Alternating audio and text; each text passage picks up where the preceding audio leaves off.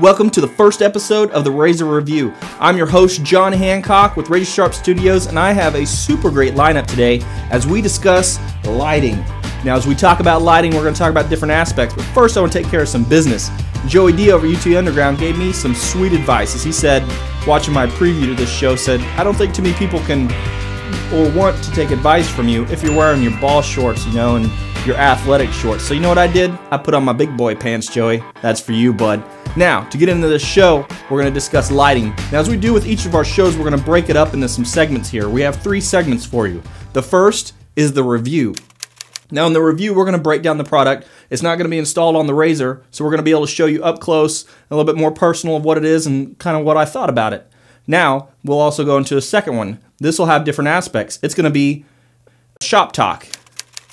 Now, with shop talk, what we're going to do is we're going to be in the Razor Sharp Studios shop, but some other segments and some other shows, we're going to go out in the field, go to some dealerships, we're going to go to some of the big name shops in the country, we're going to show you behind the scenes, get you a face to some of these shops that we've heard of, and so we're going to be doing that as well, depends on what we're talking about.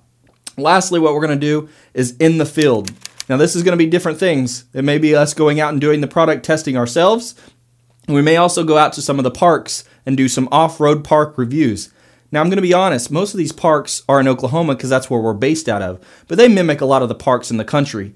And so you'll get to see that here in Oklahoma, you know what, we have some great riders, but we also got some great places to ride. And then with that, I know you guys hear of Glamis, you hear of Oregon dunes and different places like that. Well, Oklahoma has their own dunes as well. We have Little Sahara. And so I'm going to take you to some of our own personal dune spots, but we're also going to go to some of the other places here in our state and show you some reviews and talk about what we thought was great, what we didn't like about it, and just maybe let you meet the owners or the proprietaries.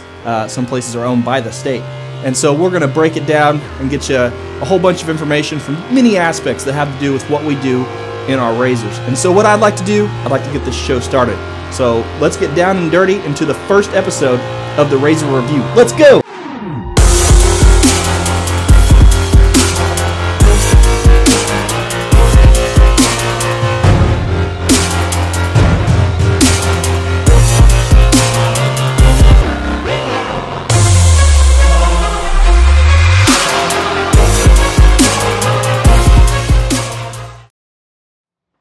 John here, Razor Sharp Studios, and welcome to the first episode of the RZR Review. What better way to start this off than an unboxing? In this case, it's an unpackaging as we pull out these beautiful switches from Team FAS Motorsports. These switches are some of the top quality switches on the market for your RZR and for your Jeep or 4x4 or whatever you're using. These are over the river and through the woods switches. Top quality switches along with top quality packaging. You see here the bubble wrap packaging sent through USPS.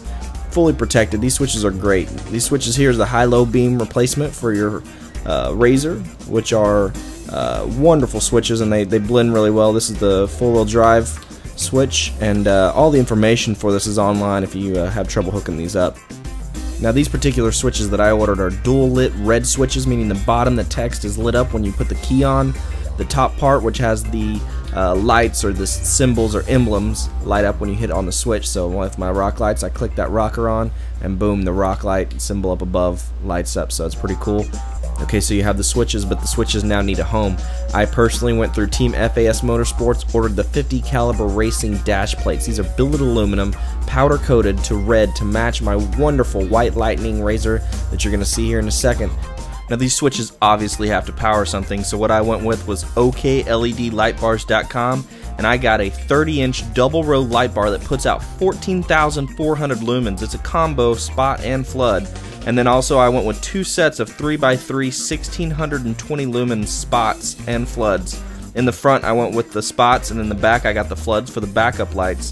And then for the rock lights below I went with the round 3/4 inch 3-watt lights, which put out plenty of light per light bulb, so you don't have a lot of clutter as you do with a lot of other lights. Okay guys, I want to go more in depth into lighting and what makes a great light bar and all things RZR lighting, so let's go into the next segment of Shop Talk.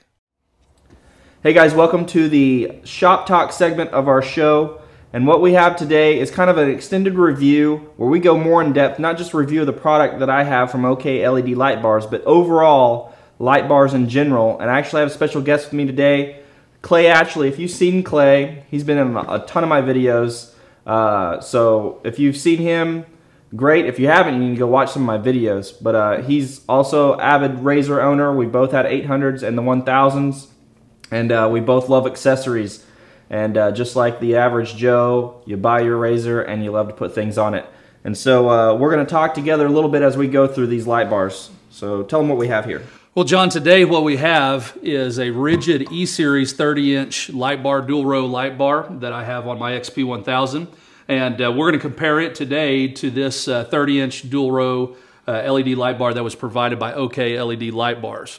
Tell us a little bit of the difference between the quality build and what the difference is. Why should I spend $800 or more on this one as opposed to $350 to $400 on this one? Sure. We have a long or high range of prices, all the way from $1,000 for a 30-inch down to a Amazon or eBay $80 light bar. And what we have here is the high-end and the mid-range light bars. And so the first thing you're going to look at is the actual housing. We'll flip both of these up. You're going to see what's the heat sink of these housings. Also, you're going to see the aluminum. And so there's two different things here. You want the depth of the heat sink so that the heat gets out, because that's the #1 thing with electronics and with these LEDs is actually the heat being a killer of the electronics within the housing itself. And so with that, though, we move to the front, because that's also the first thing you see. We'll flip them over.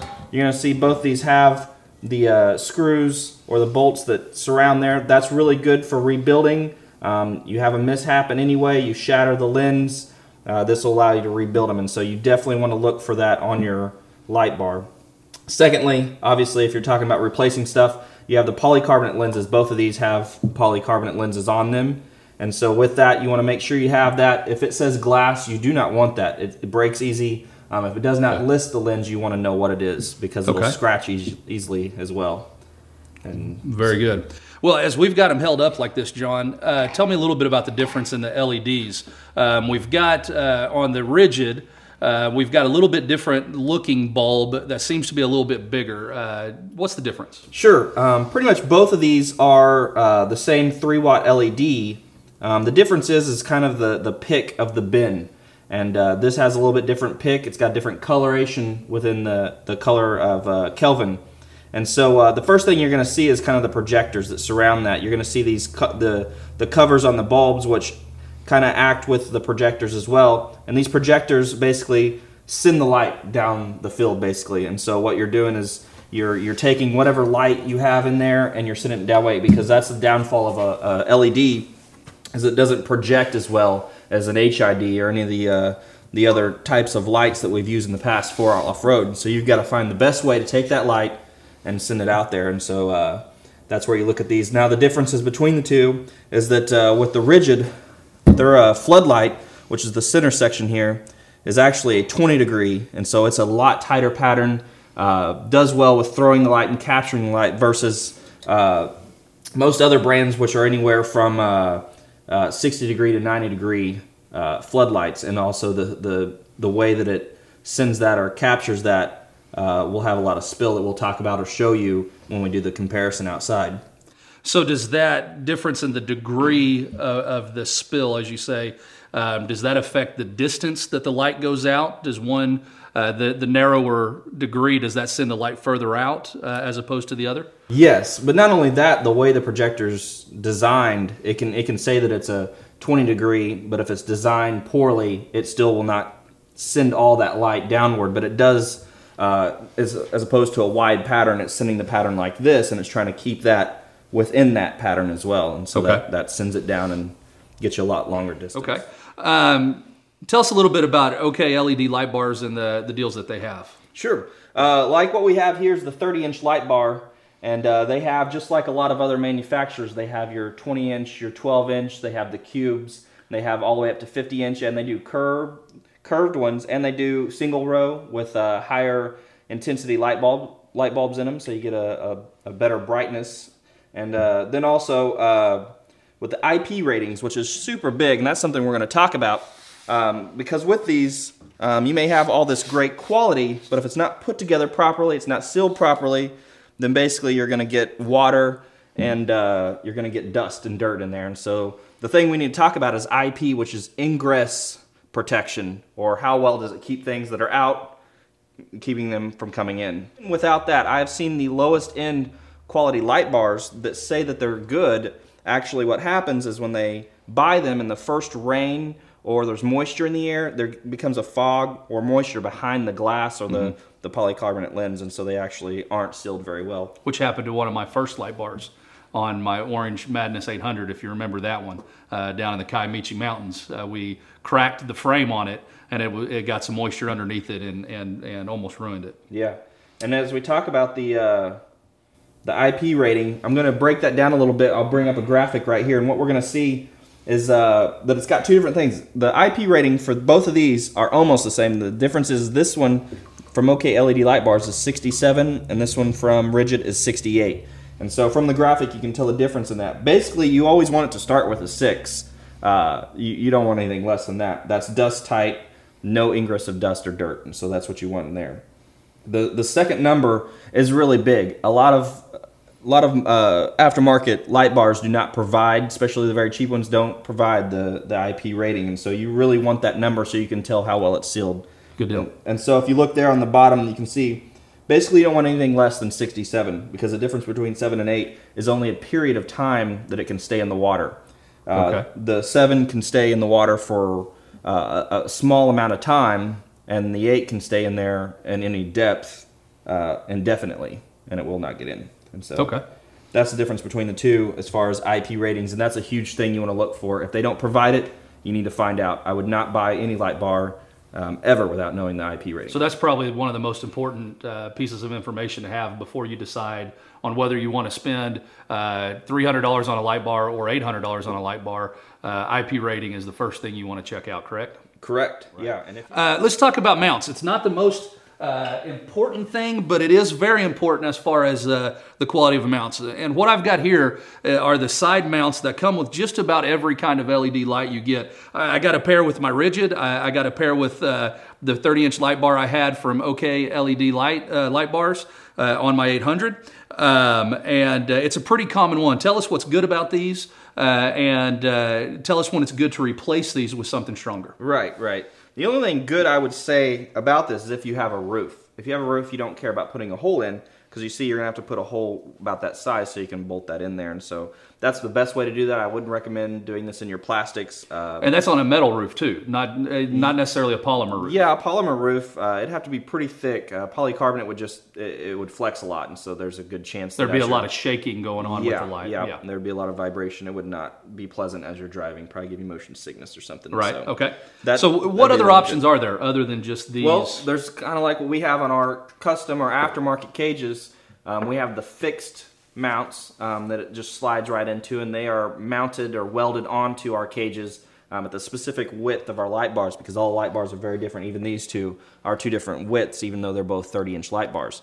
And so you have that's available, and then you also have the kind that you can attach or detach, like that comes from OKLEDLightbars and some other companies. Not only is this good for attaching to a stock cage, but it adds protection to your light bar. And so if you get in a bad hairy situation that would have dented your housing or cracked your lens, this might protect that if you're doing a lot of trees or trails and stuff like that. And we've both run these on our stock cages. John ran this on his 1000 until he did his custom cage, and I ran one of these on my 800 for quite a long time, and it protected the light bar from a lot of tree hits and limbs through some pretty hairy terrain that we did about a year ago, and I was very pleased with this mount over the regular basic mounts that it comes with. Yeah, yeah, very, very easy to put on with these connectors, and it fits really well on a stock cage, and adds a lot of protection, but also has the same type of mount you would see on a fixed aftermarket cage with these sort of tabs here for the light bars. All right, tell us what we're going to do with this one, John. Yeah, actually, with this, OKLEDLightbars was gracious enough to provide us with one of these, and we are going to give one away to you. But not just that, I mean, it wouldn't do you very good if you had one of these and you didn't have a light bar to put in it. It would look really silly on your RZR. And so what OKLEDLightbars is actually going to do is provide the 30-inch light bar identical to this double row combo spot and flood that you see right here. And so also there'll be a harness to hook that up and the switch. So we're talking about a $500 value that we're going to give away to one of you viewers How soon are we doing that, John? Well, we're going to do it.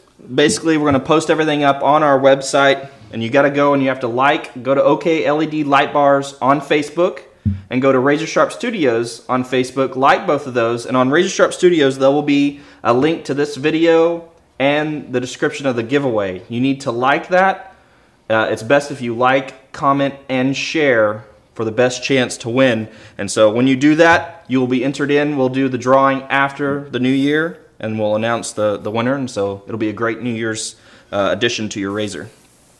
Welcome to the last segment, the In the Field segment, where in fact we're literally out in a field. You can't tell because it is dark. We waited till it got dark to show you this, and I'm sure you're thinking to yourself, thank goodness I see a razor in this show that's supposed to be about razors. I'm so sorry, we had so much to talk about with light bars that we just didn't have much to show our razors with, and so this is the last part where we actually get to attach the light bar back to our razors and show you the difference between the two light bars. And so that's what we're going to do this evening as we compare these two really well-built light bars that are in completely different price ranges that allow you to make a better decision about your next light bar purchase.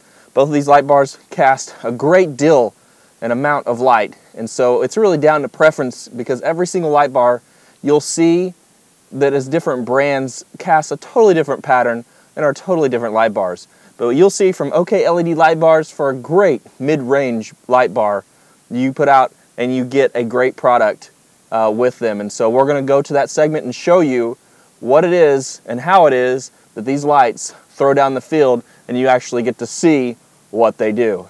So let's get to it and show you the two light bars that we talked about today. Comparison time, guys. Here we go. E-Series rigid light bar. You'll see that it does the spot much better. It doesn't have much of a flood spread out to it. It's a lot more concentrated, and it's a yellow light. You'll see the OKLEDLightbars much more spread out. It's more of a blue light, and like I said, the spill level is a little bit different on each one. And so you'll see they're very comparable. Both of them side by side here. You'll have the rigid first, and then you'll have OKLEDLightbars, and you can kind of see side by side how they both compare there. Here's a side profile view of rigid, and then a side profile view of OKLEDLightbars. So that'll give you a little bit difference of the intensity of the two and show their comparison. Hey guys, we had a super great show today. Thank you for watching. First off, I want to do is thank some of my partners that helped me with this and provided some of the parts for us to review in this, and it was Team FAS Motorsports. Be sure to check below and see their links. Also, OKLEDLightbars. Check that out. Be sure to remember what I talked about, what makes a great light bar, and some features to look into that before you go and make your light bar purchase. I want to thank you guys for watching this, and if you want to see your product reviewed on this show, be sure to contact me at RazorSharpStudios.com and get the information for that. I want to thank you guys for watching my first show, and I look forward to some other episodes that we're going to put forward. Be looking out. The next show that will be coming out will be about filming. With that, we're going to talk about the action cameras, some of the stuff we use and some of the stuff that many other people use, and we're going to talk about the simple things as what settings to use in what situation, but also all the way up to some of the things we do as I try to put out some big name montages and also some video shorts if you've seen some of my other stuff on this channel. And so we're going to talk about all those aspects, try to get as many questions answered in that episode. I want to thank you guys for watching this, and we'll see you next time. Thanks.